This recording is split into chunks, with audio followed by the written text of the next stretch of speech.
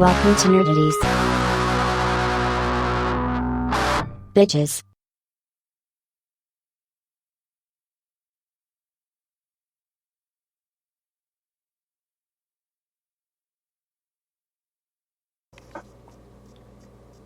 No topic too absurd, no statement too asinine. We are Nerdy Jersey's finest, that's right. You're listening to Nerdities, and you should know that because you pushed the fucking button.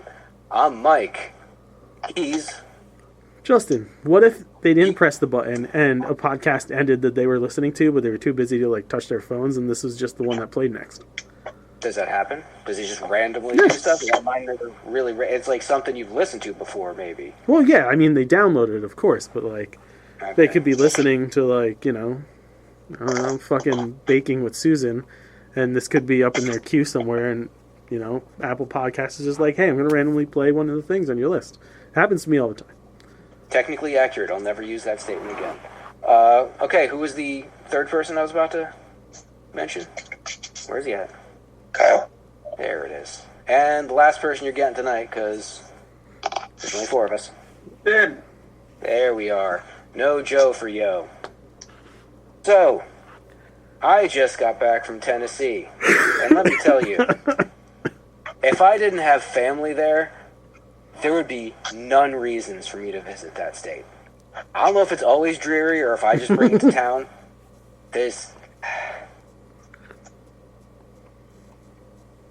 I was just watching Mad Max Fury Road last night, and there's a segment where there's a bog, and there's those people walking on stilts for 20, 30 seconds. That's what Tennessee looks like to me.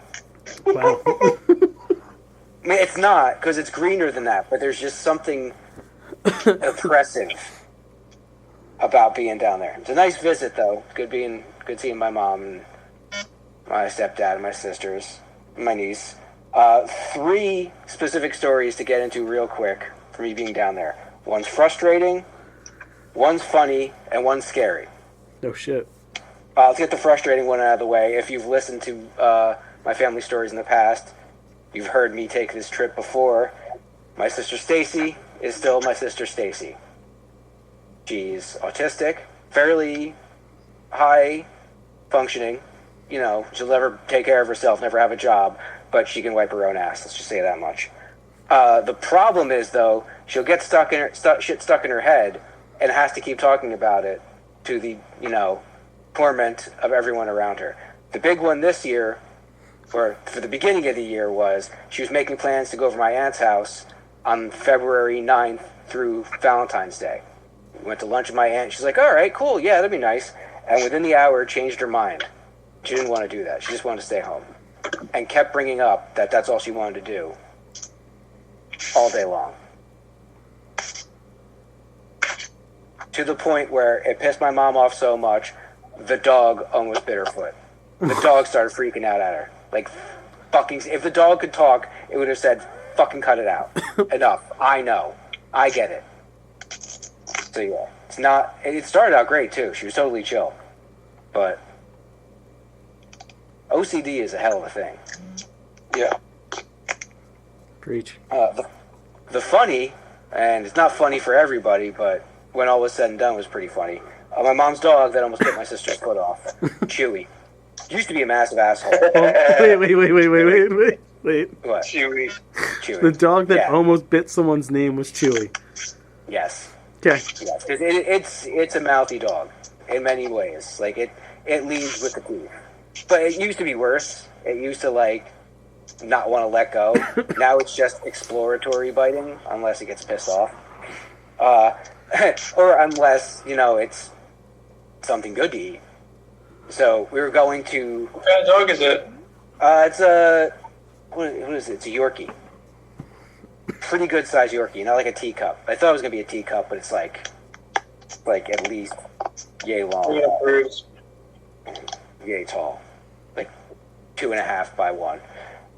We were going to the only decent pizza place in the area. It's Guy Tony's. And they became good friends with them, my mom and my stepdad, because, if there's good pizza to be had, they got to know that person. It's Tennessee. There's nothing down there. So they made him it was his birthday. They made him like a birthday cookie, an oversized cookie. Nice. My sister put like icing all around it and stuff. It was great. And left it sit on the counter. And so left it down and sit on the table, which had easy access from a chair, which we weren't paying attention. Chewie hopped up on the chair, stuck his nose in, and ate part of the icing. Okay. Didn't get down to the cookie. So, were we bad for wiping off all the icing, putting more on there, and giving it to him as a gift?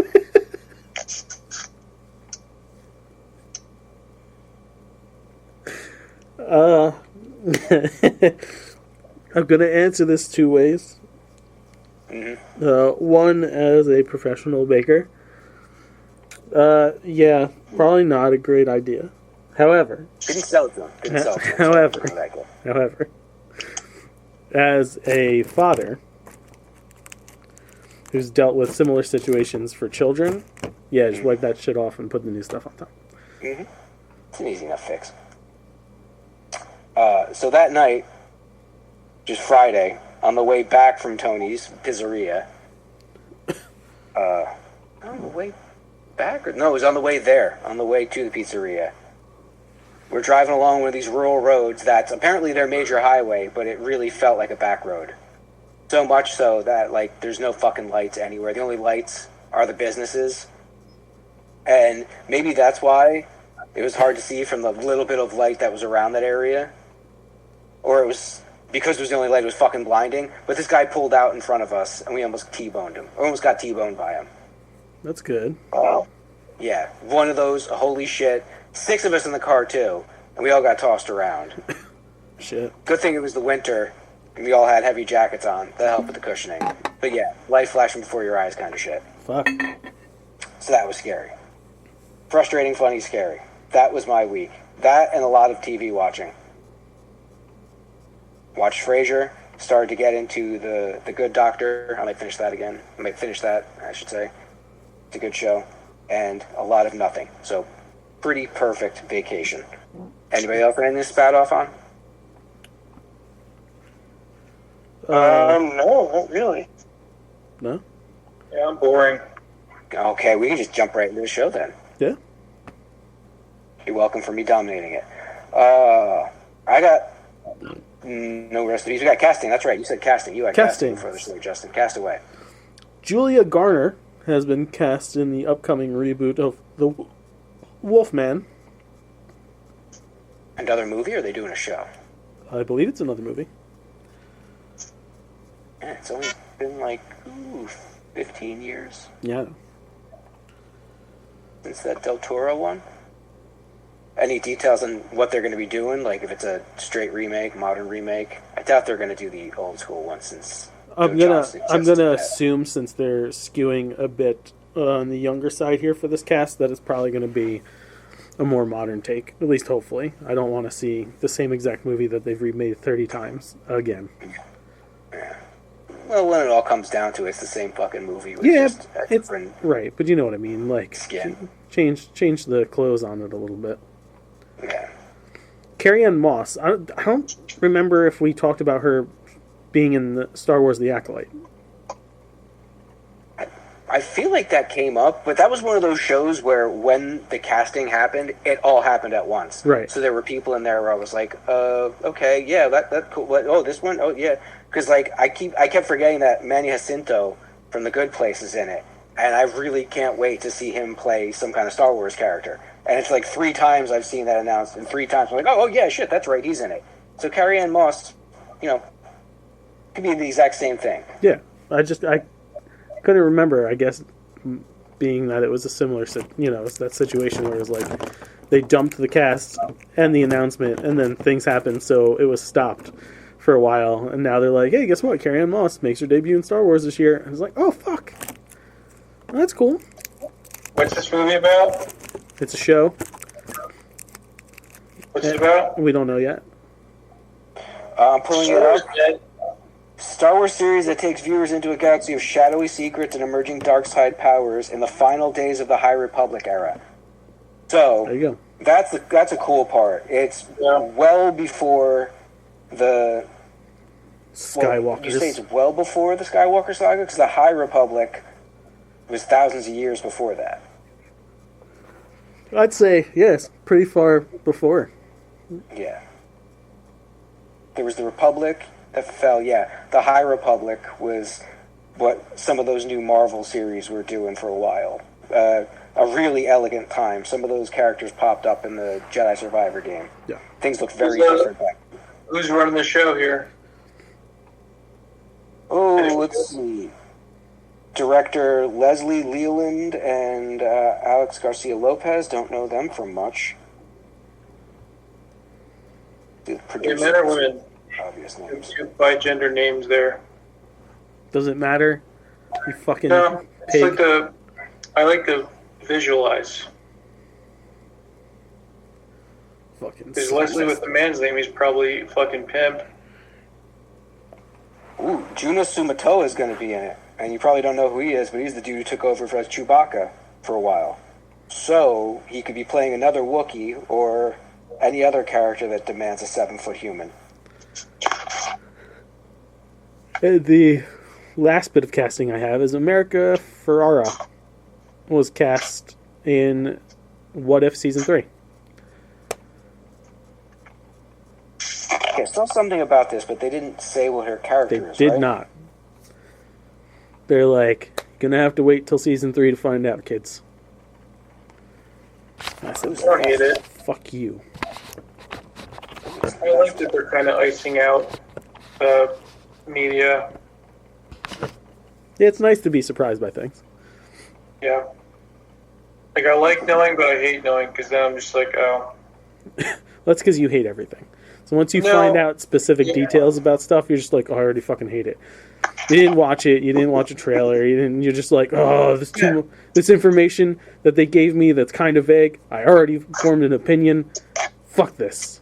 Yes. You do shit talk announcements. Yeah, you do. As an American from America, There we go. I am protected by the First Amendment. Kyle, see, backing me up. Kyle's nodding his head in agreement. I'm protected by the First Amendment of the Constitution and the Bill of Rights. Well, here's a phrase I'm trying to make popular. Just because you have the right to do something doesn't mean it's right to do that thing. Yeah, like ordering SEAL Team 6 to kill someone just because you're the president. Well, I would say it all depends on your scope.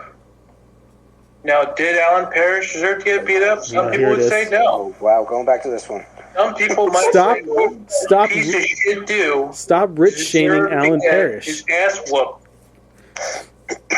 Did they seem like nice people? They were feral. They were Yeah. not the victims there. Young, Weasley Adam Parrish was. Weasley Adam Parrish.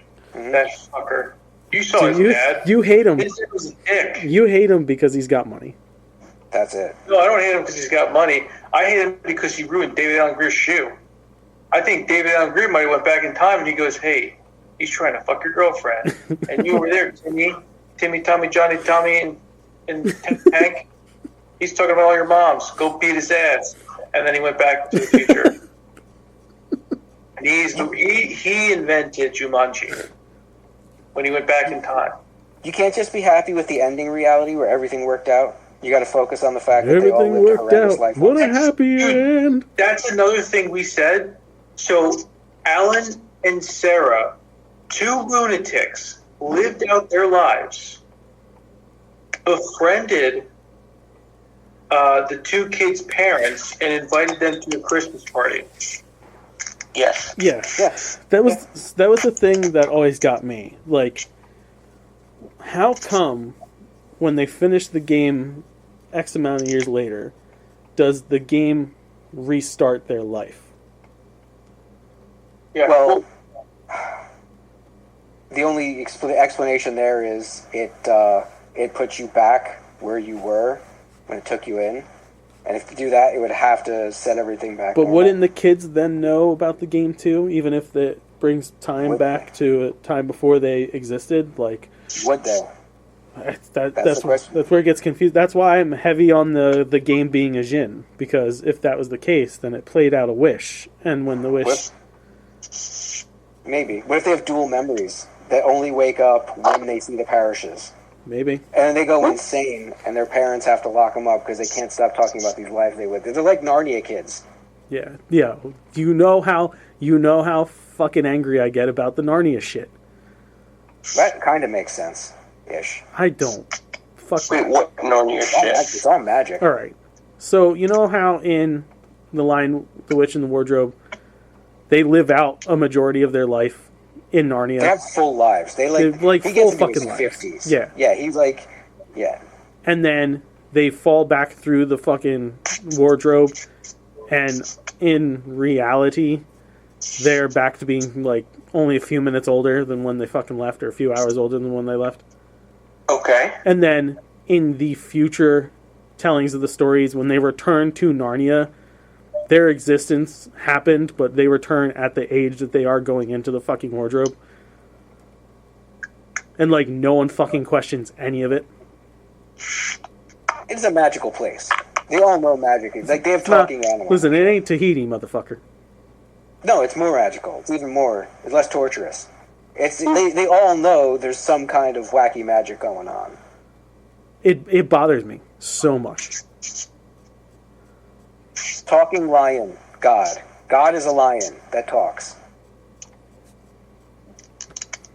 Some shit you just gotta explain away. I've actually never seen that movie. It never interested me. They're okay. You'd absolutely be disgusted with them. Yeah, you'd hate them. well, You'd fucking hate them. I like to hate watch things. Then I suggest you watch them. What did I watch recently that I hate watched? Jumanji. Yeah. You know, you understand, he lived his whole life. 26 years later, they weren't even a thought in their parents' brain. He goes, I'm going to be their friend. Bro, you will hate the fucking Narnia movies. You know what? Hate them. He'll hate everyone but Edmund. Is Yes. that so cool? Wait, Right? Am I right? No, you're right. Edmund's... 100% right. Yeah. Edmund doesn't spend a lot of time with his siblings in the first movie. Nice. What, just go bangs butterflies? You Like know, a Randy Marsh? you He gets on got an older chick. just watch it. Just watch it. Yeah. You have the I mean- right? You got the Disney Plus. I mean, Hate I watch would it. say Hate watch it hard. you know what? I would say if John wasn't his brother, he would like Peter. Yeah. Yeah. That's a... Yeah. Because Edmund is known as Peter's little brother. Yeah. Yeah. It's Peter the Magnificent and Edmund the... Yeah, he's cool. That's why. It's Edmund the Just, right? Edmund the Just. That's why. That's the reason that he'll love Edmund the most. Uh-huh. And Well, then yeah, he's Turns cool. out I'm the middle child now. I'm the bastard middle child. So is You're there a the middle child? child? You're the really... She's by, I can say it by the end. At first, you can't say this. But by, like, the second movie, she's fucking hot. Yeah. She's a cute young woman in the first movie. She's fucking hot in the second. She turned 18, she's not. Yeah. Yeah. And I the kid's just adorable. I can't Yeah. Tussle of hair. can't fucking You handle. little rascal. Oh, you don't get any weapons, do you? You got a little knife. You got a little pokey knife, don't you? Oh, you're the healer. Yeah. The healer. No trailers What are we this week. talking about? We're still doing casting? We just ended casting and Okay. no trailers. No trailers this week. trailers. I got a quick review. I watched the Doctor Who Christmas special, Oh yeah, I haven't gotten to it yet. Church on Ruby Street. It's interesting that the all the elements are essentially the same of the story type, but the way he's playing the character, some stuff is similar. Like, you know, every Doctor's got to have like a lust for life kind of thing. Yeah. But partway through the series, each season, you should say, they get to the point where they're like, oh, I've seen too much. Oh, I've been through too much. This guy doesn't seem like he's going to be like that. He's It's refreshing. he's dancing in a tank top and a kilt at one point. Nice. He's just fucking doing it. And there's something cool about goblins showing up in a Doctor Who episode. They do some crazy stuff. At first, it just looks like a D&D episode where it's going to be them fighting goblins. Yeah. And then it kind of switches up halfway through, and the timey-wimey gets involved. Well, that's good. That song is fucking brutal though. Yeah, it's It's bordello weird. Yeah. I was pretty damn happy with it. I've watched some stuff. I watched everything, everywhere, all at once. I'm cutting you. You did? How much did you hate it? How much did you I understand didn't about hate it? it. Really? I watched it in 2 parts. It was good. I don't understand why it won awards, other than the story. Like, the story was really good, but like, I wasn't blown away by anyone's acting for anyone to go. Dude, you didn't think that Data did a good job switching between the two characters? No, he totally did. Yeah, that was award-winning. But like, would I say he's like Daniel Day-Lewis? No. But then No, people again, could stand working with him. Yeah, even grumpy ass Harrison Ford. That's saying something. yeah. Well, I'm saying if that's the bar we set on behest of the Academy, or it was an Academy Award? Yeah, straight up Oscar. A couple of them. Well, you know, I think the story was great. Because I get it, because it's all trippy and what have you, and I liked it. However, no words. And I also saw Jumanji. It's fucking stupid. Jumanji 30 years later. All right. I have 1 episode left of the live-action Yu Yu Hakusho on Me Netflix. too. They cram like Yeah. 80 episodes of the fucking anime into 6 episodes of the fucking show. There is just arcs that were skipped, but it kind of makes it a better story. Yeah. Like, I don't hate it, because you just can't have a tournament for every season. No. Anime suffers a lot from filler episodes, and it drives me crazy. And a good way to explain how this works between the anime and the live-action show is there's an anime called Full Metal Alchemist that came out in the 90s, and late 90s, early 2000s. And then a few years later, they realized that that show was entirely too long, so they redid it with Full Metal Alchemist Brotherhood. And it told an abridged version of the original anime. And it's so much better, because it's just like to the point of the main beats of the story, with nods to some of the other shit that happens in the other one. This is like that, and it benefits so much from it. At first, I didn't think I was gonna like when you saw the pictures of everyone, Kuwabara and Kurama both are like off-putting when you look at them, just in a solid still shot, but they work in the show really well. Yeah. Like Kurama, I looked at him the same way. I was like, what's this guy? Is he handsome? Is he pretty? Get out of my face.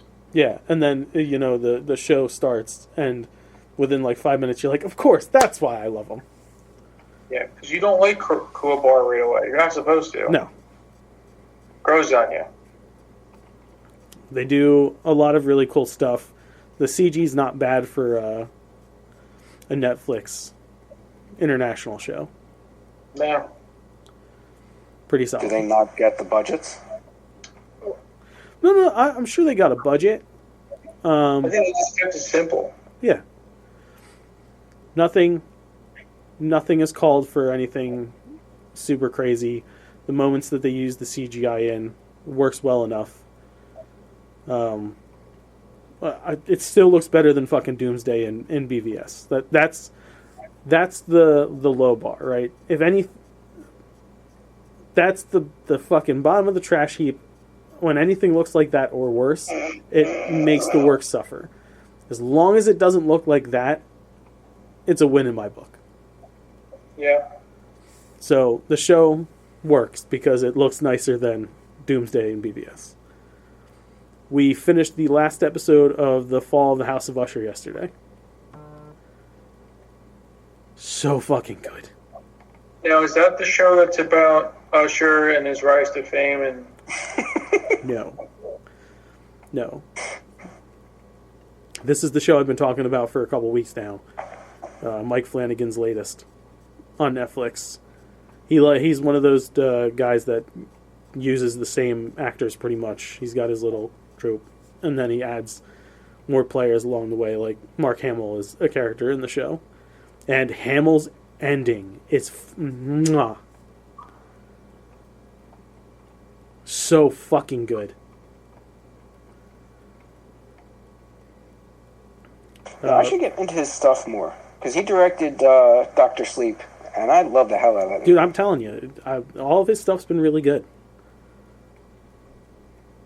The Haunting of Hill House was good. Haunting of Bly Manor was good, because a lot of people were kind of shitty about that one, because they were expecting it to be, I don't know, like a sequel to Hill House, but it's its own story. I can speak on behalf of those people. They're expecting it to be good.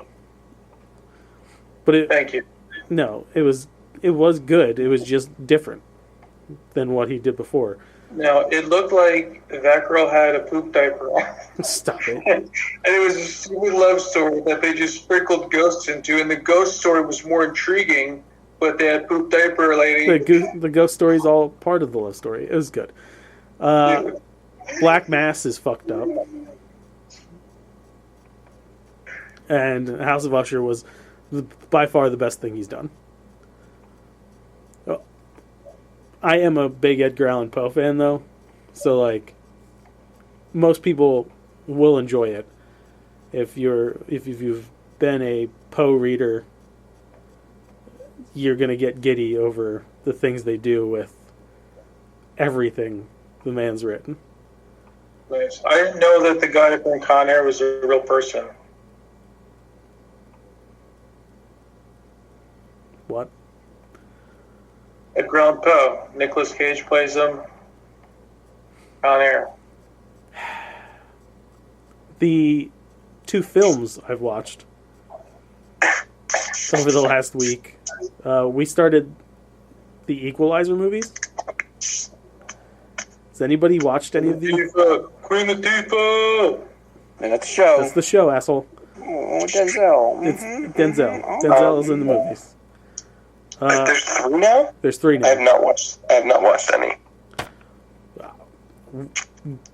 You guys should. It's right up the fucking nerdity's alley.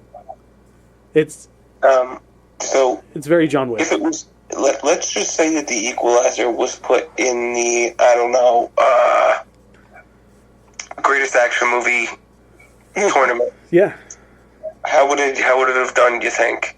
You think it would have won? Do I think under the pretense that John Wick was not allowed to win under any circumstances? I think if enough of us watched it to get it through with actual votes, it's still the same people voting in the tournament, right?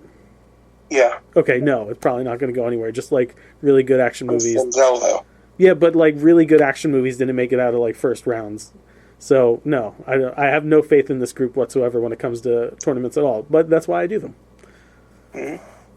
That's why we do them, and then block movies that should win from being in it. That's why we do it.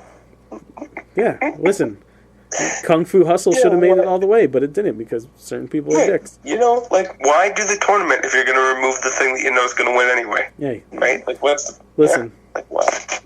Special mention goes to best action movie ever. Oh, special mention! We should pat that one on the back. But really good. Equalizer stuff's real good. It looks interesting. I mean, I'd watch the first 2 even if they're not good to see him and Dakota Fanning interact again in the third one. Yeah. It was funny because I've clearly seen the trailers for the third one because it's like only months old. So we watched the first one and I'm like, where's the chick? She's like, she's not in this one. I was like, oh, okay. Were you thinking the first one? I thought the third would have been a callback to the first, but it's Chloe Grace Moretz is the girl he helps out in that one. Oh, she's in it. Oh, yeah, shit. she is. I enjoy everything she's in, too. Yeah. Yeah, I am annoyed with myself. I've slept on these completely. What's it on? First one's on Peacock, the second one's on Hulu, and the third one is on Netflix. Okay, that pisses me off. Yeah. All of Listen, that, what you said right there, pisses me off. We've been waiting like 2 years to start this franchise because no one's had the first one. And the stars finally aligned that you Yeah. have all the streamers to make it happen. Yeah. What is going on? They're intentionally fucking with us now. They're Sure. splitting up series so that you have to buy, like, eventually you'll have to buy all of them if you want to watch certain things. Yeah. It's an algorithm. Their algorithms talk to each other. I know it. All of it is to fuck you over enough to go back to cable, so they shut down the streamers so everybody's back on cable again. And the only one standing there when all of it settles is Tubi, and they're like, our shit works. This is some fucked up plan to have us all buy VHS again within the next 10 years. No, we got it now, so where VHS is better than even 4K. Buy tapes again. Hipsters are all about it. Yeah, they're all about useless stuff. But, yes, that is what I've watched. Okay, is that all the reviews? Yeah, I don't think Kyle watches anything.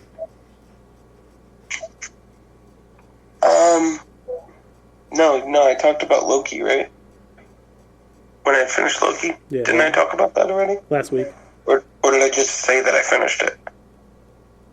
No, we discussed it on the last episode. Oh, after watching that last episode, I also watched Quantumania. Okay.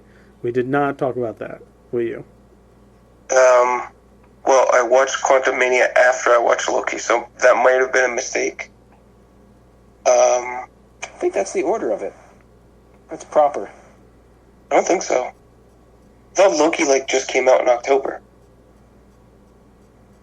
No, season 2 had just come out. Yeah, I watched season 1 when season 1 came out. Okay. So yeah. Although, all things considered, it's not really that big of a deal.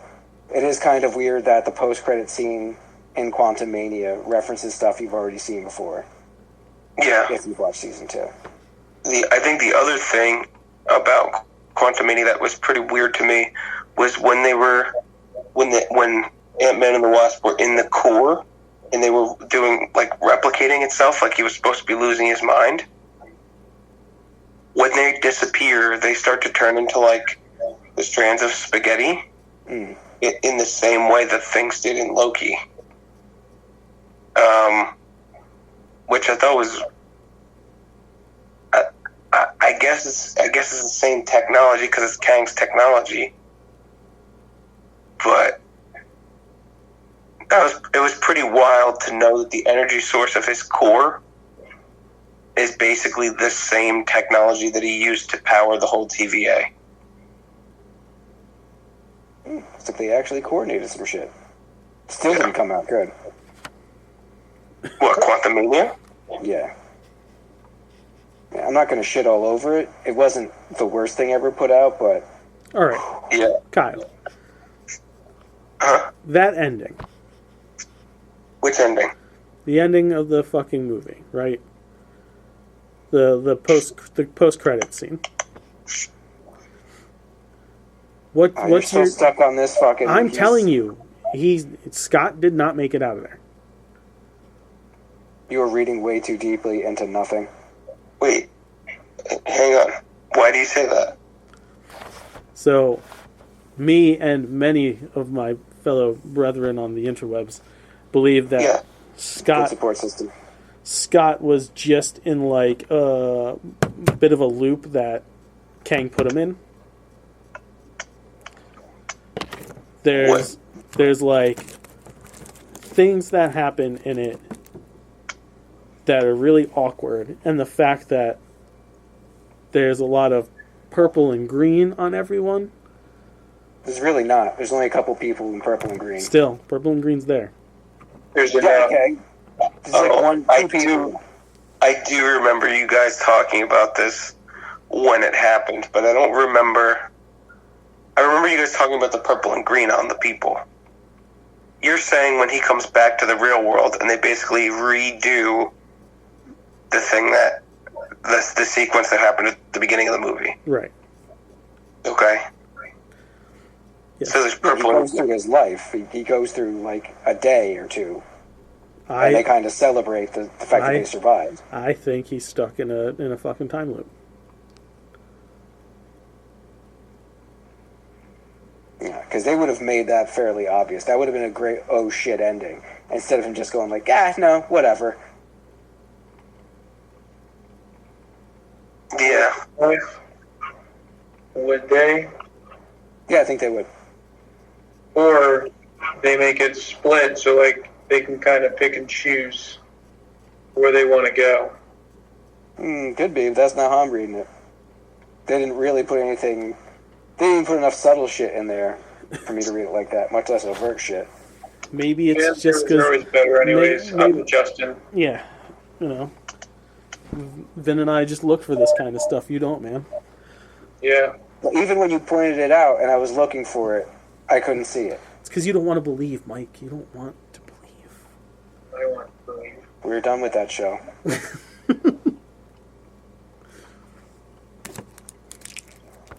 All right, let's get into news then if all the reviews are done. Hey, news time. My top story from this week. The Oasis might finally be happening, kind of, sort of. The Readyverse is coming, which is going to be a virtual online studio IP. It's basically the Oasis. It's not just like, oh, someone took the idea too. Warner Brothers, with Ernest Cline, and a company called Futureverse are creating an open IP Web3 platform for pretty much any IP that wants to get involved to host virtual properties. So this could be the first step to Ready Player One actually happening. I'm of two minds here. One, yeah, real life sucks, so let's get in the Oasis. Two, I've watched more than enough anime where I know something bad's going to happen to a bunch of people plugged into an online world. Good. Yeah. Did you ever see The Sentinel? Bruce Willis? No. Is that the one? But So that was Surrogates. Surrogates. You're going to be banging a fat dude who's pretending he's a chick, a really hot chick, and then your brain's going to get melted by the murderer. But you're saying I get to bang. You get to bang. Everyone gets to fucking there. It's better than what's going on right now. So you know what? Yeah. Blow my eyes out the back of my fucking head. As long Vin, as I get to bust a nut. Vin, have you ever watched Sword Art Online? Say again? Have you ever watched Sword Art Online? Sword Art Online. Yeah. No. Watch that. I don't know. What is it? It's an anime. It's okay. Okay. I'll give her a peeper, any. By the way, did you notice when I said what, I did this to my microphone? You gotta listen to the microphone. Yeah. Yeah. Speak up. It's I'm like smart. when you go to look something up in your car and you turn the music down. Oh, I do that. Or when you get to a parking lot, you're like, okay. Mm-hmm. Gotta That's focus. smart. Yeah, you gotta take all the sounds in. You don't want distractions. It's a Or ninja. when the sound is already off and you gotta make a phone call in your car, you reach for the volume and go to turn it off even more. Oh, yeah. All radio silence. I'm good for that. So anyway, yeah, the Oasis is coming. And I'm totally interested. Release date changes. Yeah. So, Ghostbusters Frozen Empire was supposed to come out March 29th. That's not happening now. It's coming out March 22nd. Woo! 1 week earlier. And because of this move, literally 2 hours later, after this move is announced, Godzilla / Kong Punchy Punchy is coming out March 29th. Woo! Because there's an opening there. So, interested in the first one. Couldn't give a squirt of piss about the second one. So is it, Ahsoka Season 2 is officially happening. Yeah. They're in pre-production for that. And Mandalorian and Grogu movie is happening too. That is confirmed. Directed by Favreau. My wife had a very adorable moment earlier today. So I come upstairs from my interview earlier, and we're just sitting there, just hanging out with the kid. She goes, "Hold on, is this real?" I go, "What?" She goes, "Did they announce a Mando and Grogu movie?" I was like, "Yeah, that's real." I was like, just like an hour ago they announced it. She's like, she got like visibly excited. And I was like, "Oh, you're so fangirl." She did the right Ashley now. ooh thing. Yeah. I was like, "Oh, you're so fangirl right now. That's adorable." I didn't know she was that into it. They gotta change the name. So far, they're calling it The Mandalorian and Grogu. That's just a horrendous. I don't want to see that on a title card. That'll look ugly. Yeah, I'm sure they'll spruce it up. But I'm happy for this too. Like, Oh yeah. getting to see those characters on the big screen. Oh yeah. Now, do you think that the way that it's been put together, that transitioning to a movie would be difficult based on the shooty, cutie, back and forth? No. No? I think so. It's like a movie anyway. It's not. It has never felt like a TV show. That's the only concern I have about it. It's, can they make it look enough like a movie that it's different than this, or is it just going to be a 2-hour episode of the Mando? Which isn't bad, but it's like, why didn't you just do this as a special on TV? What's going to be so amazing about it that it demands being a movie? Right. They'll figure out a way, but that's the only thing I'm wondering about. Grogu's gonna get kidnapped at the Nakatomi space station, Oh boy. and the Mandalorian is going to be visiting his wife, Doesn't have Ali Gennaro. And this is how you make a good movie. We've already had enough problems with Star Wars related holiday films. No. I could think of a different one. Can you though? Mando gets beamed into an alternate reality. They don't beam. We've gone over this before. He gets beamed. No, he gets beamed. No. And all of a sudden, he's a decorated war veteran who becomes a police officer, but he's a little high-strung. So they have to team him up with a nice, mild-mannered police lieutenant, Grogu Murtaugh. And the Mando is upset because his wife died, but he also likes to shoot guns. And the job keeps him going, even though he's got a laser hollow point to blow his brains out. It does kind of time out right. His 50-year-old partner, You know? Grogu's like 3 days from retirement. He's got a giant mustache, constantly says I'm too old for this shit. 3 kids. No, 4 kids. 3 He daughters. had 3. He had 3. Was 3? Was it? Yeah. $2 and a son. You're right, 3. Yeah, I think that's a win. I think Favreau should do that. Draw it up. I'm here. For any minutiae. Justin likes it. I can tell from his forehead. There it is. That's a strong pitch. The Daredevil series from Netflix is confirmed now to be MCU canon. It's confirmed to be within the sacred timeline. They all are. So, yes. The entire Defenders series. Which Defenders was makes the me Netflix happy series. for 3/4 of the characters. Yeah, they weren't all great. Don't hate on Jessica Jones like that. How dare you? Jessica Jones is my fucking bae.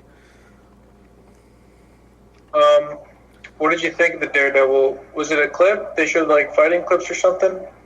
Yeah, he looks as badass as he ever has. So, Yeah. I heard it was mixed reviews online. Some people weren't happy. Oh, well, it's it online. just dropped 30 minutes ago. It's online. No Was it? one ever is ever happy, bro. Echo just dropped 30 minutes ago. All episodes. Just Yep. dropped it. I guess I gotta watch it now. Yeah. In the next couple months. Right after the show's over. My last story is online group named Covered Weekly did a poll of the top superhero movies of the year of 2023. Oh, no. You want me to run down the whole deal? Because you'll be surprised what the top 3 is. I always love me a good list, bro. Yeah, it's rare that I'm pulling out a list of I know, I'm hard. You can't see it, but like, I'm fucking woof. No need to bring it to that. Okay. Number 8, Shazam! Fury of the Gods. Fuck you. I think that gets it on a technicality because it's a superhero movie. And there's only 8. Fuck you, Shorzy. Number 7, Aquaman and the Lost Kingdom. Apparently, it was better than Shazam. I've heard that. Well, Momoa's more likable. Yeah, I've heard it was technically better than Shazam. Okay. Number 6, Ant-Man and the Wasp Quantumania. Fair. Now, this is where this little twofer is where it starts to get shaky. Number 5, Blue Beetle. Given how narrow the field is getting right now, it should definitely sit on top of number 4, The Flash. It was a far superior film to The Flash, a much more enjoyable experience. I will Flash.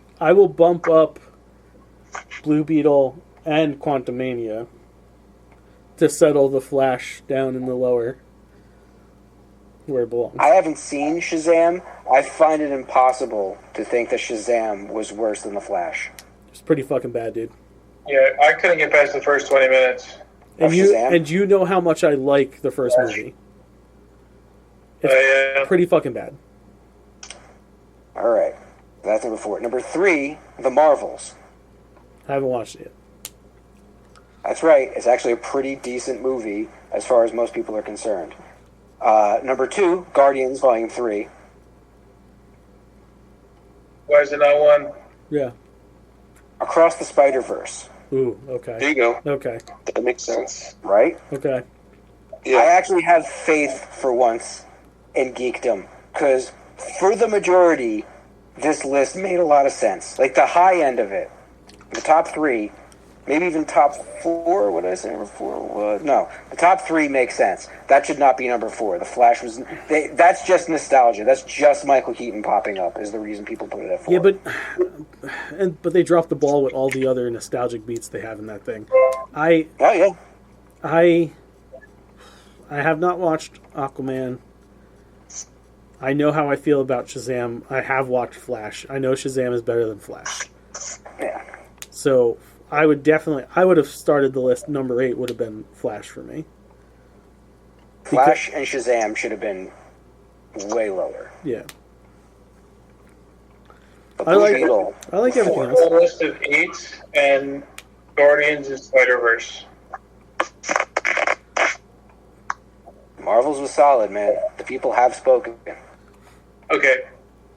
6 8s, a 7, and 2 1s. Blue Beetle was fun. Blue I'm not Beetle gonna say was it's fun. great. Didn't reinvent the wheel, but it No. was nice.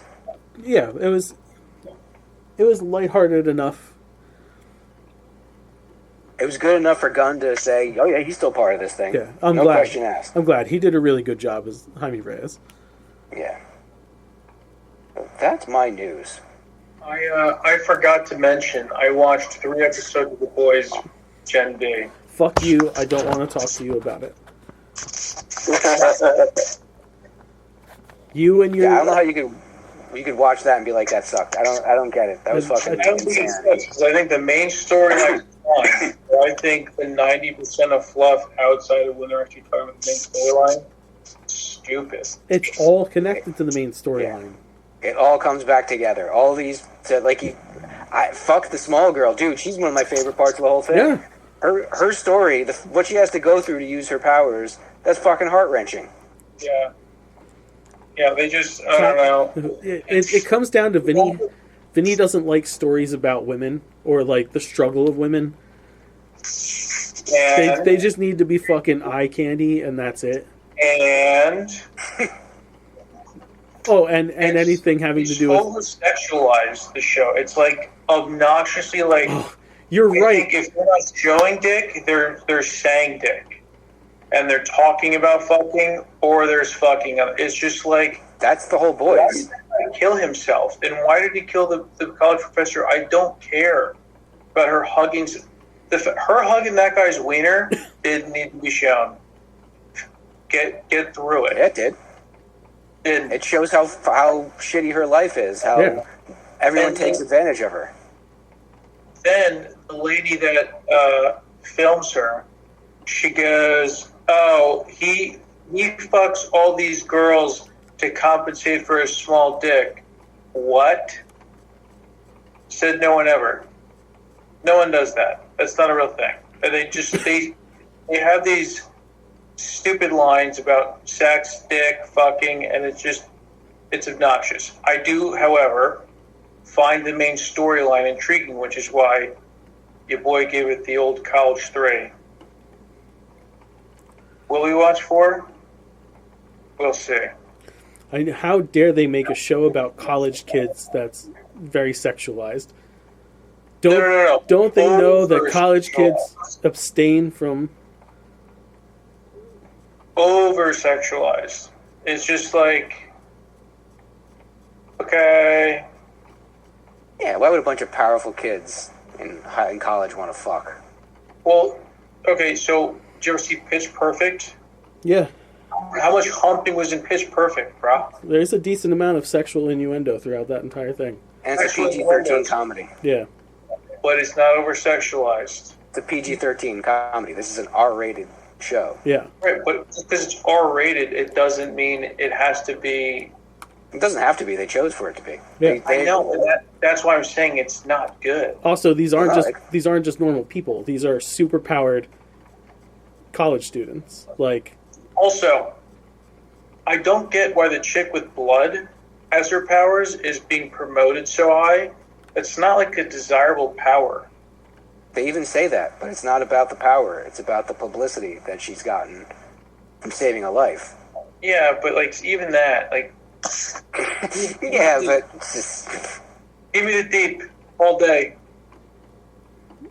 Shut up. Yeah, I don't know. I just think I don't know. That's dumb. I understand the running with it stuff, but like still, they could do a million different things, and I don't know. I can't with you. I don't.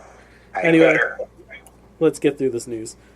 They're eyeing Chad Stahelski to direct Blade now. I definitely wouldn't say no to it, but did that one guy back out? I think he did. Let's see if there's a name still attached to it. It's a perfect choice. Wait, 2025. Oh yeah, Mia Goth is going to be in it. They still have Jan Demange attached to it. That just could be that IMDb didn't update when they lost their... Yeah.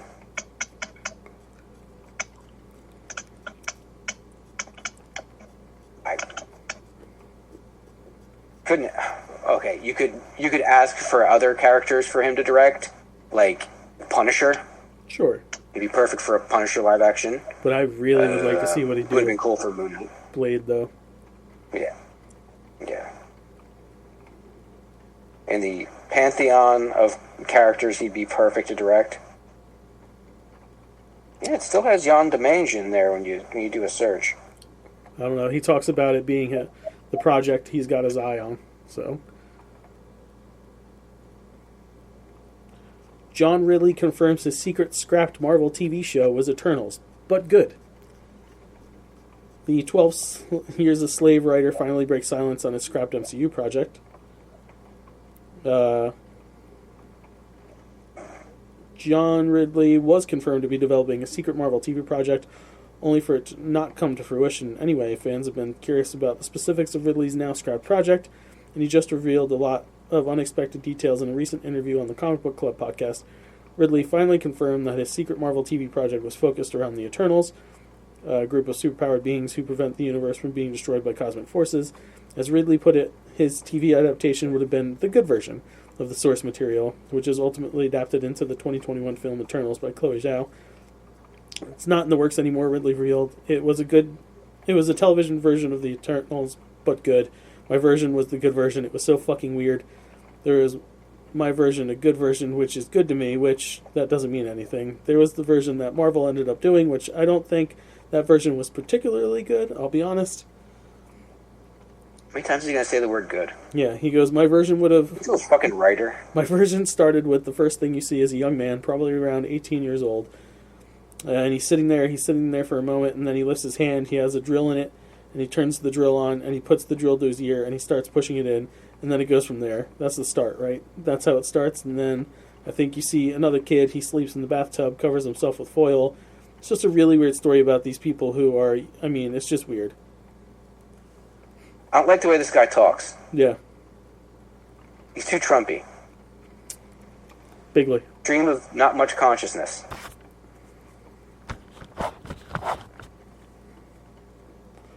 Jason Blum's Blumhouse and James Wan's Atomic Monster have merged to create Preeminent Home for Horror.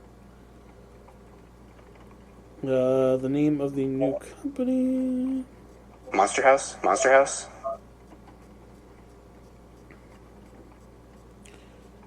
I don't know. Juan Blum? I don't know if they have a new name yet.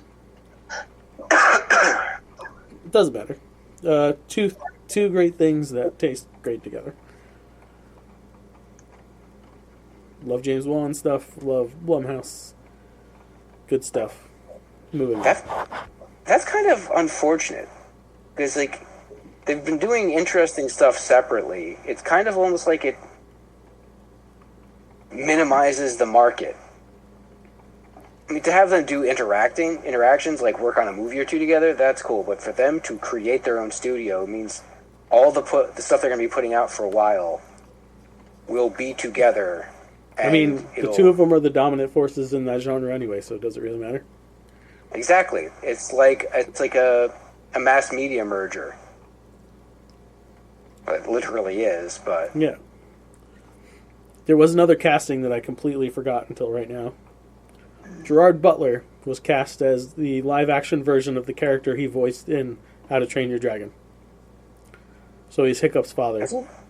Yeah. Oh, okay. So they're definitely changing the look of these characters. Yeah. Isn't he a giant redhead? Maybe? I don't think so. I was picturing that also. But maybe I'm just thinking of the dad from Brave. Yeah, I think that's... Pretty sure they're pretty similar. In the early aughts, EA dropped an unexpected fighting game that dominated the lives of every gamer I knew, including mine and my cousins. This partnership with the hip-hop record label Def Jam spawned 3 iconic brawling games, but the series has been MIA since 2007. Now, rapper Ice-T has seemingly explained why the Def Jam fighting game franchise hasn't seen a comeback or a remake in nearly 20 years.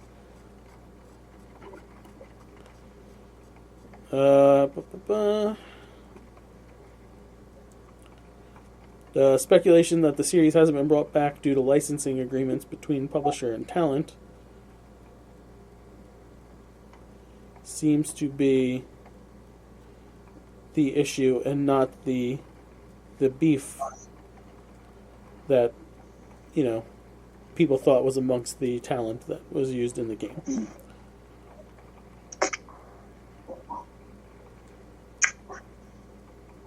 It's, So, one of Kyle's favorite fighting game franchises is just sitting there because the studios don't really come to terms with the talents. Well, I wouldn't say it's one of my favorite franchises. I would say one game out of the 3 specifically is one of my favorite games. So, the first Def Jam game, Def Jam Vendetta, was basically, you couldn't create a character. There was 4 different characters you could start off with, and you could basically play the game through 4 times before, like, you erase each of the characters, like kind of like an old Mario game, right? Like you erase the file. But the idea was, no matter who you picked, the storyline would play through the same way, and the only real choices you had in the game was you got to pick like one ally, kind of, and then one girl to be your girl in the game. of the celebrities through Def Jam. There were not really any other noticeable choices. In Def Jam Fight for New York, there were a lot more choices. That's the second game, and that game was way better. It's still one of my favorite fighting games of all time. And then they did Def Jam Icon, which is a game that I never actually played through the story mode of because I just played like kind of the arcade mode on it and did not like it at all. Because they added so many different things to the fighting style that it was not for me anymore. Yeah, I remember liking those first two games. They're pretty solid. Could you imagine, like, I couldn't think of who they'd have nowadays. I don't know enough modern rappers, so I'd just start throwing in guys that I grew up with, and they wouldn't apply nowadays. I mean, like, some of them still would, and some of them, like, could just be unlockable people as the story progresses, or just, like, side characters or whatever, but, I mean, yeah, it kind of sucks that they never could get another game to the level of Fight for New York, because Fight for New York, not only did it have, like, in my opinion, a really good story, but, you know, the number of unlockable characters in that game was just unreal. And then on top of that, if you're a person like me who likes to be invested in a character you create, the ability to create a character, unlock and purchase different, effectively skins, but it's really just like clothing and accessories, tattoos, jewelry, and then on top of all that, the ability to unlock with kind of like at certain levels of XP, unlock new finishers in the game for your character to use, and you could like unlock them and swap them out in between fights. So if you knew you were fighting somebody and this finisher would be more effective, as long as you had like basically the XP to purchase it, you could swap out finishers that would be more effective against certain opponents. Like, just it's almost like a dumbed down strategy, but like for my level of investment in video games, it was kind of perfect because it made it super customizable without me needing the time investment of spending hundreds of hours in a game.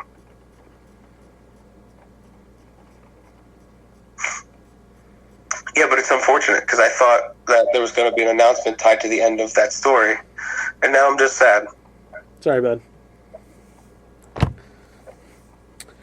2024 marks the 30th anniversary of my first film, Clerks, which means that it's also the 30th birthday of Jay and Silent Bob, American original ad. Jay Muse and I have been standing next to each other, both professionally and personally, for 3 decades.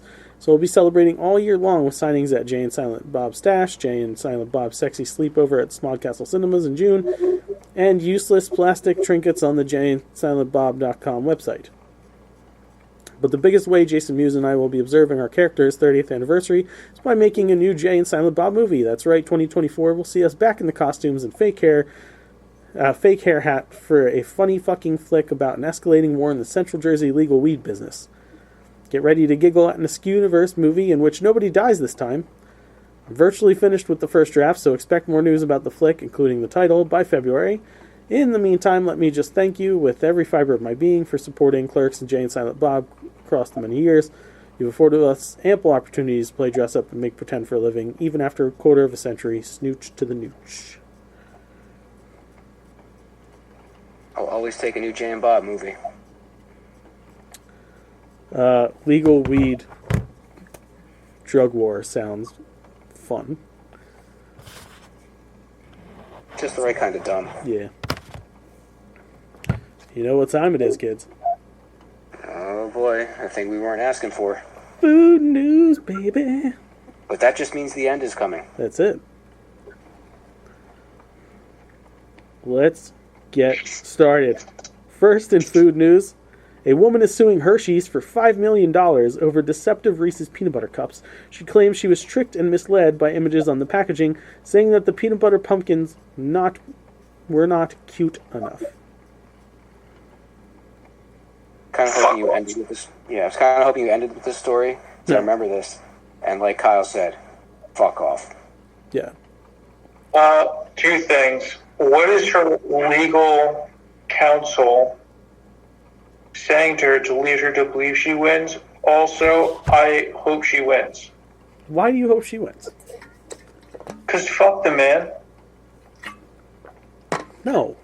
See, when stupid lawsuits like this win, it sets a precedent for all the dumb fucking people out there.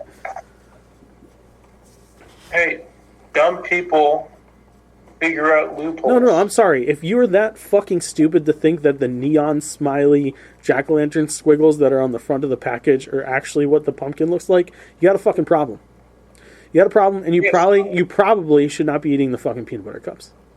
Well, debatable.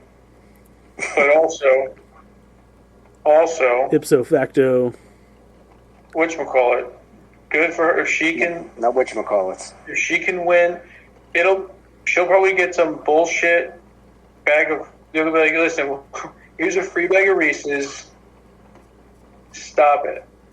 She should get nothing for this, but the bills that they have to pay. She should have to pay Reese's legal bills for this. This is a waste of everyone's time. The fact that people will have to get together and hear this as a legal court battle is insulting to us as a people, is a visual and therefore a visceral betrayal of what it means to have law in this country. I think whichever lawyer she sat down in his office. She's like, excuse me, I think we have a case here. I know these are supposed to be cute. Well, look at the package. Well, look at what's in my hand. Is that cute? No. Let's sue. And the guy sat there and he's like, Secretary, draw up the paperwork. You're going to sue Reese's right now. That's what happened. We know that's what happened. Yeah, there's some technicality in that, you know what? They may have falsely represented what these should look like. You know what? This dumbass lady might have a case. Yeah. We might be able to get millions out of this because legally, technically, they may have misrepresented what their product looks like. You know what? Let's waste everyone's time and make this dumbass bitch rich. If I'm Hershey and she wins the lawsuit, I put out the new special shape as a fucking dick so that she can eat it. Bro, if her lawyer can win this, this is Johnny Cochran reincarnated. No. The guy's gonna win this case. The lawyer's gonna be a schmuck. And it's only gonna win if she wins. It's only on a fucking technicality. I really hope. I so hope Reese's counsel stands up there and says, "This is a picture of Chewbacca. Now you see, Chewbacca is a Wookiee. Wookiee from Flag of Sheik. Nope. Why would Chewbacca be living on Orlando? Doesn't make any sense. Therefore, you should dismiss this case." Honestly, the lawyer probably heard this and he goes, "That's a good idea." For the pro Reese's, no, anti Reese's people, they want Chewbacca.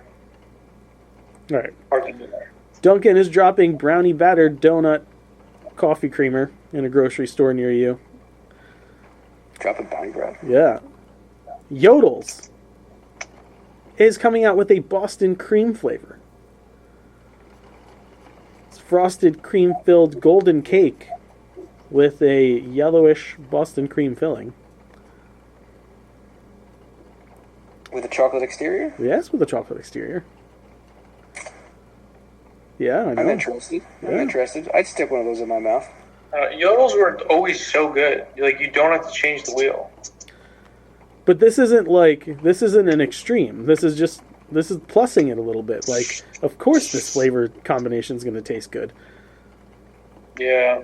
This is no replacement. This is just something to stand next to it for like 3 months. This isn't like flaming hot Cheetos flavored fucking Yodels.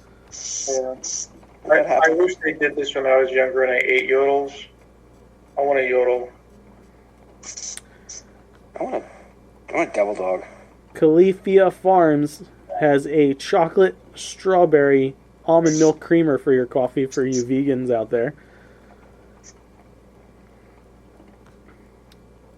And not to be outdone, Chobani is dropping a cereal-flavored oat milk, which I'm not going to lie, I'm going to get my hands on this because I do enjoy oat milk. That's very vague. Cereal flavored. Yeah. It looks to be CT Crunch, is the cereal pictured on the... But I'm assuming since there's no official partnership, they can't say cereal or Cinnamon Toast Crunch flavored. But the cereal pictured in the giant bowl is squares with squiggly lines on them. They can still use the word sugar and cinnamon, though, just not in that order. Right, but crunchy, toasty cinnamon? Just cinnamon sugar cereal. That's all you really need to let people Yeah, know. but And there's more than one cinnamon sugar cereal, though. But that's the base of the flavor, just cinnamon sugar. Well, That's I when all think said and done, that's what's left with the cereal milk. oat milk is fine as long as it's pictured, the cereal.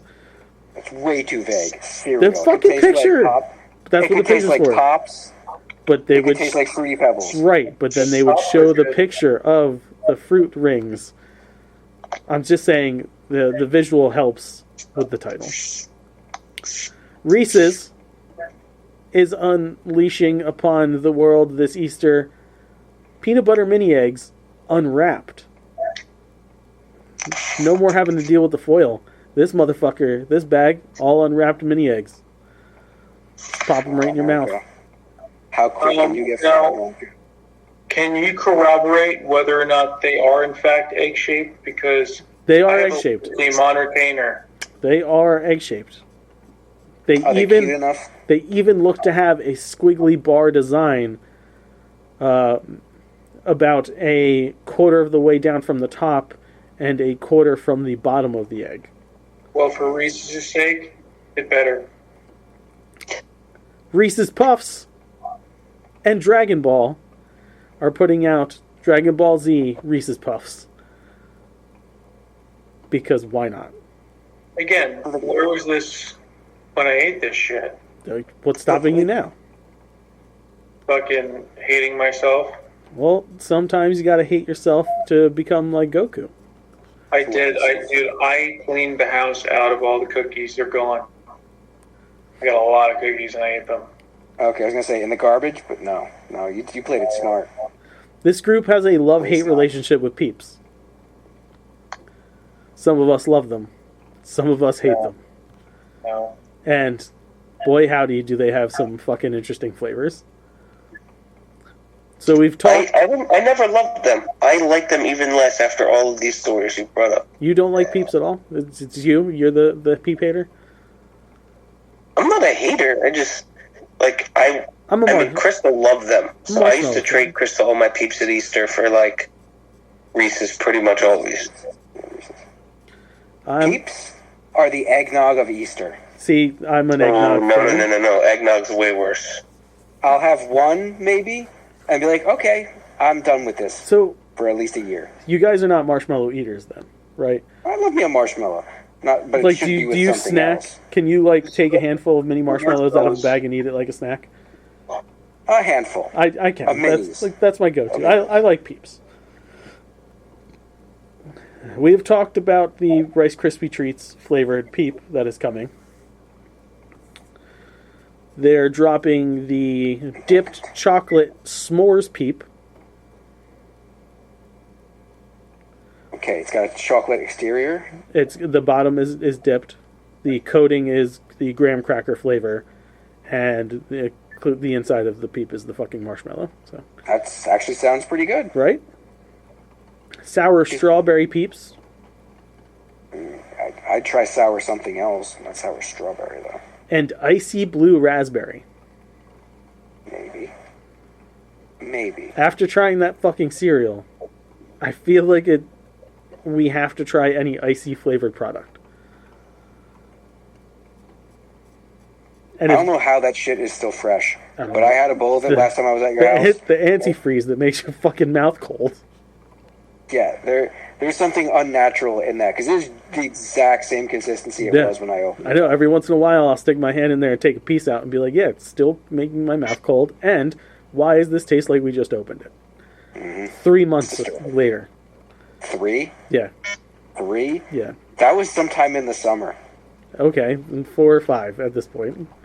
That was well That was before August, Halloween. right? That was August, I think. Probably August. It was well before Halloween, and we're already into a new year. Starburst Favoreds Conversation Hearts are already at a retailer near you. These are conversation heart-shaped Starbursts that have little messages on them. I hate conversation hearts. I love Starbursts. This is the go-to now. There is a good version of the conversation hearts. That's impossible. The ones with the raised lettering. There's the ones that are like chalk, that are horrendous, that aren't even technically candy. And there's ones with raised lettering. They're not quite sweet tart sweet, but they're okay. Getting in on the things you loved as a child and now becoming alcoholic craze, Minute Maid is dropping a line of Minute Maid Spiked. Real juice and alcohol cocktails. Pina colada, lime margarita, and strawberry daiquiri. They come in at a whopping 13.9% ABV. That's powerful. It's going to get you fucked up. I'm feeling like it's excessive for a company like this to get directly involved in the alcohol industry.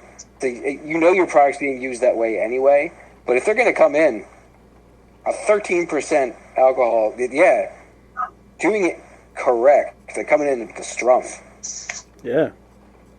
That deserves at least a fucking handshake. Turkey Hill, limited edition for the spring this year, blueberry lemon pound cake. Lemon swirled with blueberries and pound cake pieces. No, I don't want to go to Pound Town. Brock's Easter Brunch Jelly Beans, dropping this Easter season. Flavors include cinnamon roll, chocolate glazed donut, blueberry maple pancake, caramel cold brew, berry smoothie, and mimosa. Okay, I had a real bad feeling like omelet was going to be in there. No omelet. Or sausage. No, we're saved. All pretty appetizing flavors, if you ask me. And kind of brunchy. All of them fall under the brunch headline. Mimosa is the leader of the brunch flavor for sure.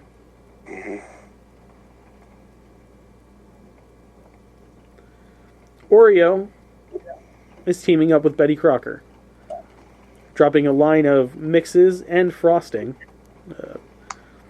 Oreo brownie mix, Oreo chocolate cake mix, Oreo white cake mix, and Oreo lava cake mix, all to hit a retailer soon.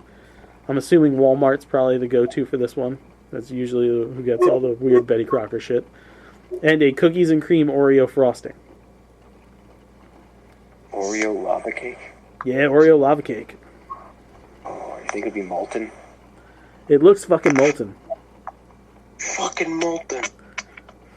It also looks like the molten is not just molten chocolate, but hunks of Oreo.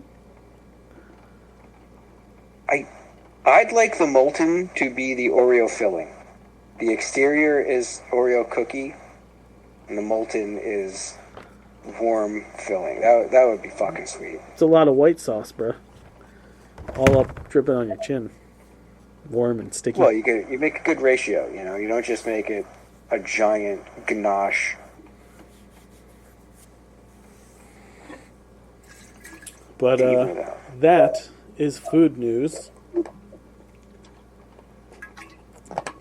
It was relatively painless. Yeah. I loved it. I love the food. I know. I have no nerd or douche, but I have a what the fuck. I have a serious one. I have a done these in a while. nerd and a douche that run into each other. My what the serious fuck could possibly be my nerd of the week. I don't know how. And it's still, this is still rumored, and it comes out of the whole Epstein files thing. The Stephen Hawking. Has everyone heard about what maybe Stephen Hawking was into? No.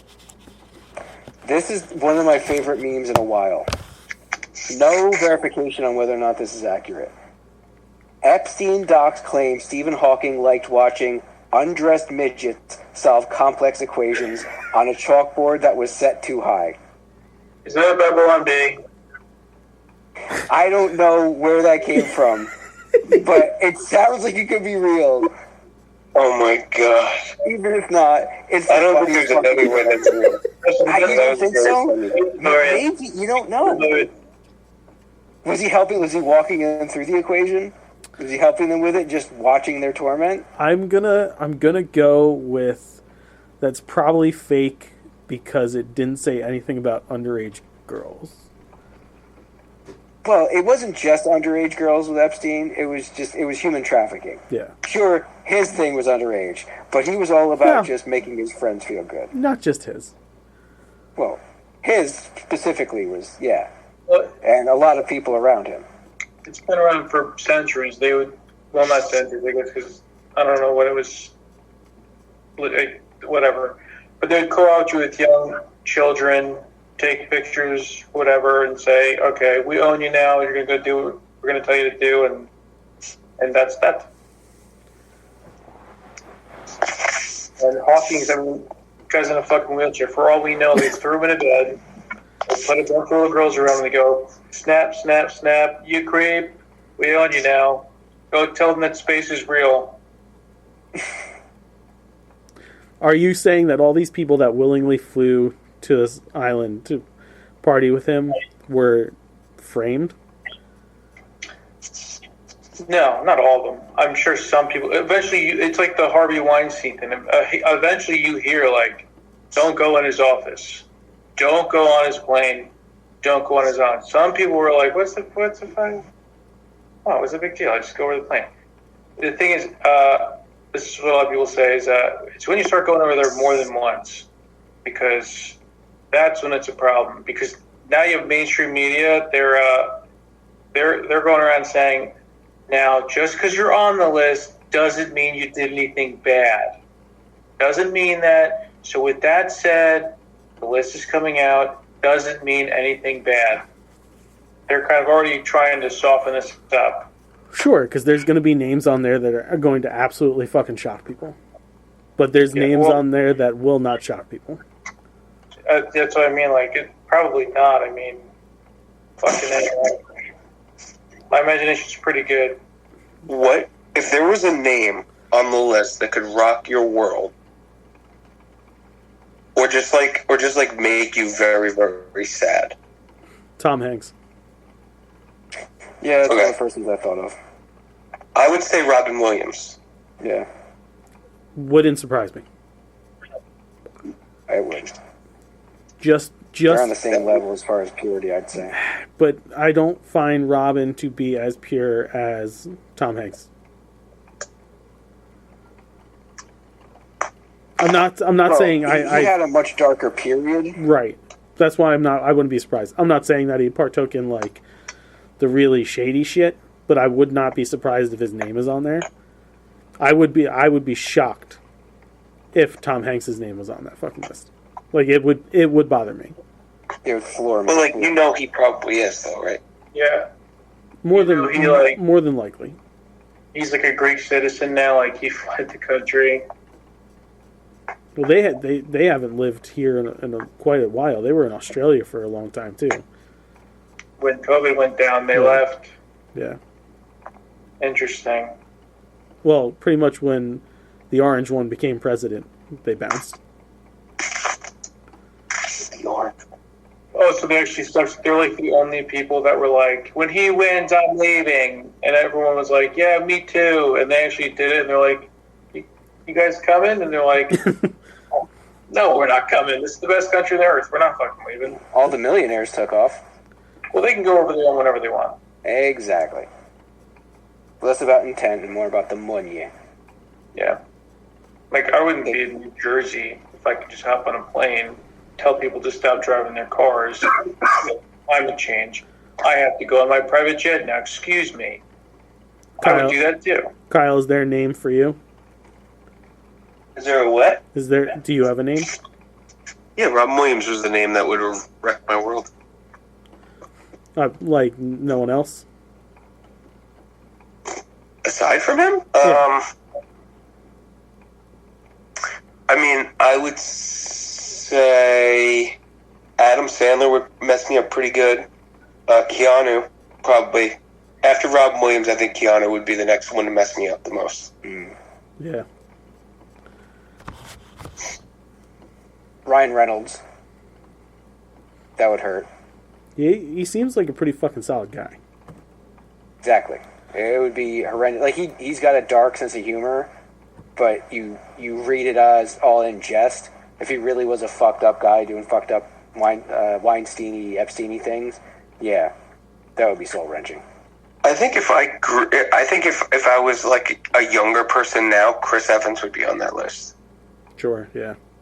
Oh yeah, even as an adult, I mean, Yeah, he's Captain pretty, America. It Yeah. would make me sad, but I would be shocked if Mel Gibson was on there. No. I would be shocked too because he's a devout Christian. Yeah. It's one thing to say ignorant shit racially and stuff, to be a toucher. Dude, that's morally repugnant on a different level. But then again, Joel Osteen. Jesus wants me to drive this plane. He wants me to have private jets. There's difference. Like Mel actually walks the walk. He's put his money up to try and get his cult forward, whereas Joel Osteen takes other people's money to make himself more money. Yeah. Nerds and douches? Anybody got a nerd? Anybody got a douche? Yeah, so there's like a 13-year-old kid that is the first person to definitively beat Tetris ever. And yeah, like he made it to the kill screen. And it was a cool thing. And this fucking bitchy television host in England was like, "Go outside, kid." What's his country of origin? He is also from the UK. What's his ethnicity? White. So he's not Eastern. No. Russian? Yeah, you figure it'd be a Russian person that beat Tetris, right? Yeah. Right, I'll say it. What? Korean? No. You fucking racist troglodyte. How is it racist? They're good at What do you that mean? shit. How is it racist? You're perpetuating a fucking stereotype. Perpetuating a stereotype isn't racist, friend. I'm pretty sure that's the What? definition of racism. No, it's not. Yes. No, because I'm not saying Koreans are like. That's a whole thing. You guys No. are. Even if it's a positive thing you're saying, it's still the perpetuation of a stereotype. Oh yeah, it is. It's a stereotype. It's not racist. It's still racist. Nah. Yeah, no, it doesn't. Racism isn't necessarily negative. It just has to do with race. No, it's If negative. you say all black guys have big dicks, it's racist, Right. and it's a positive to think. Since when? It's always that's- racist. If you're basing something on someone's race, it's racist. Doesn't mean it has hatred in there, no Right. racial hatred, but you could use ignorance in there because you're just basing everything about a race on one stereotype. Since when? Oh my god. Like forever, like literally forever. But I was one of the guys. Racism was negative. I mean, Stereotype isn't always racist, and no, a stereotype is race. It is racist. It's based on race, or even gender. yeah, but how is that racist? Just It's because it's not negative doesn't mean that it's not a thing. I don't know. I always just thought racism was negative. What's making an assumption? Yes, statistically speaking, But that's not. It's still not okay to say. good at video games. It's still not. It's still not it's like good. saying they're good at math. Right. Yeah, But- statistically.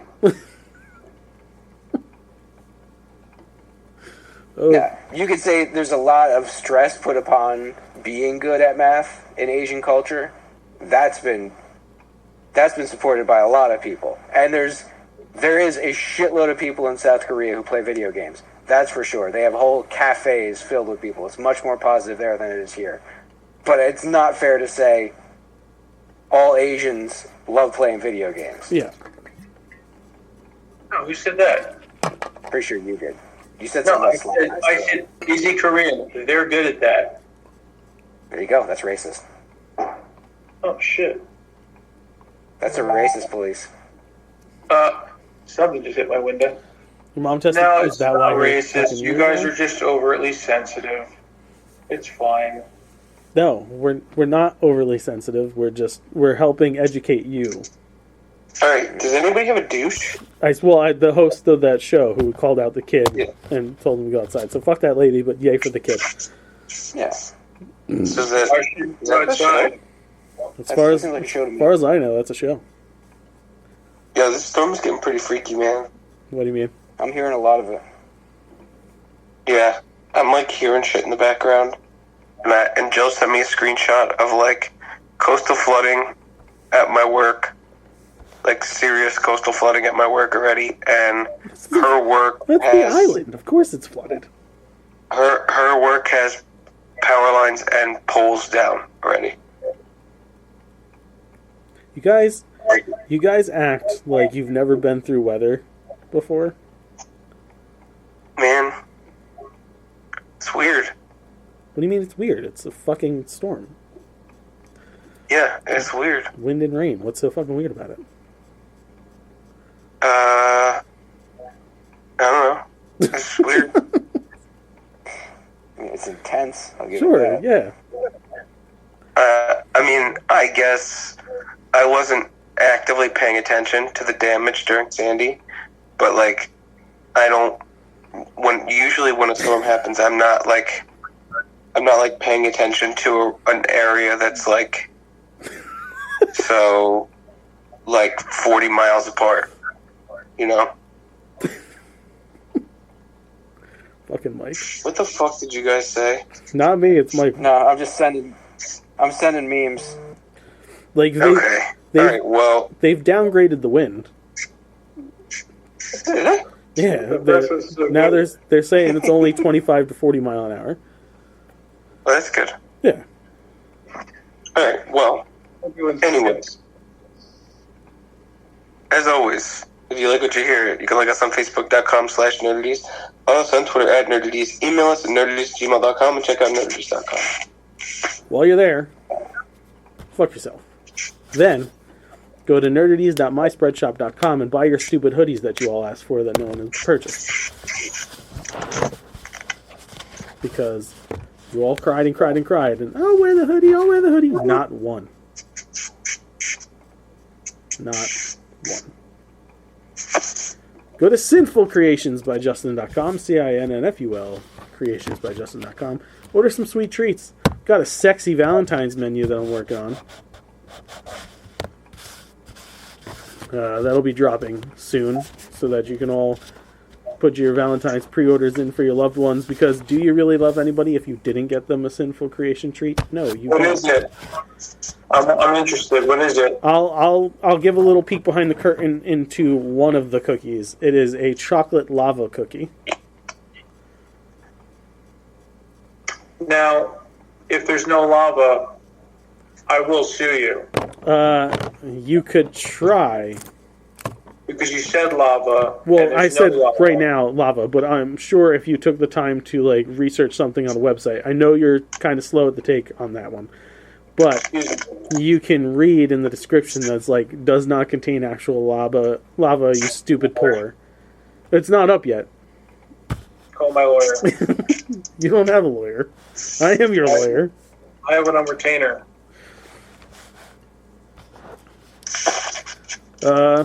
Yeah. Live show next week. YouTube.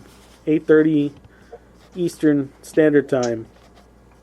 It's my 40th birthday. Come celebrate with me. If there's enough people, maybe I'll put my Venmo up and force you all to give me money. Like Joe's always wanted. Hey, for your birthday, for the episode, Yeah. you pick a movie, my friend. Between now and next week, I will watch it. Nothing stupid, though. I And watched I'll you. watch it. I'll give you my honest review. I want you to watch The Lion, the Witch, and the Wardrobe. Pass. What else? No. You said it was my birthday wish.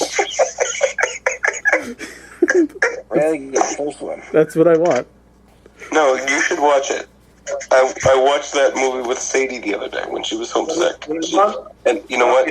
It's on. You know what? She loved it. It's on Disney She might Plus. only be 14 months old, but she loved it. It's on Disney Plus. Disney Plus? Yeah. It's a plus. Okay. I Yes. can do it. And I want your full, honest review, and I can't wait. It'll be my favorite birthday You know present. it's going to be 1 to 3 words. Yeah, I know. And then I'm going to try to draw more out of you, and it's going to be delightful. I'm going to say, stinks. I hated it. 4. And the live show after that in February, we're bringing back the Nerdies Awards, kids. That's our version of the Oscars, but like better and cooler because it's us. And all the famous people we give awards to aren't going to pay attention to the show anyway. But hey, it's for you guys, right? That's what they say. Like Joe says, pound that like button and tickle the subscribe bell or whatever the fuck on the YouTube channel, because lots of content is coming if he'd ever hurry up and edit this shit and film the rest of it. We have our cooking show debuting this year, Nerd ETs. It's fun. It's a look back at the childhoods of both myself and Michael through the eyes of my oldest child. And we recreate cool snacks that, you can't find anywhere in the current timeline without a time machine, I guess. We have... This timeline sucks. Yeah. We have 2 feature films. The final chapter in the Joe saga. And Mike's writing a non-weird, trippy, nerdities, main characters related story. Oh, and I came up with a plot for another movie we could do. Might be a better one to do before the story I already have. We'll go over. We'll talk. Yeah. And, give us money, like Joe says. Alright. That's a great time for me to say the opinions of the Nerdies crew are idiotic and poorly, so don't worry, next week's will be far more insulting. Where'd my voice go? Bye-bye. Because of the end of civilization, the Clamp Cable Network now leaves the air. We hope you have enjoyed our programming, but more importantly, we hope you have enjoyed life.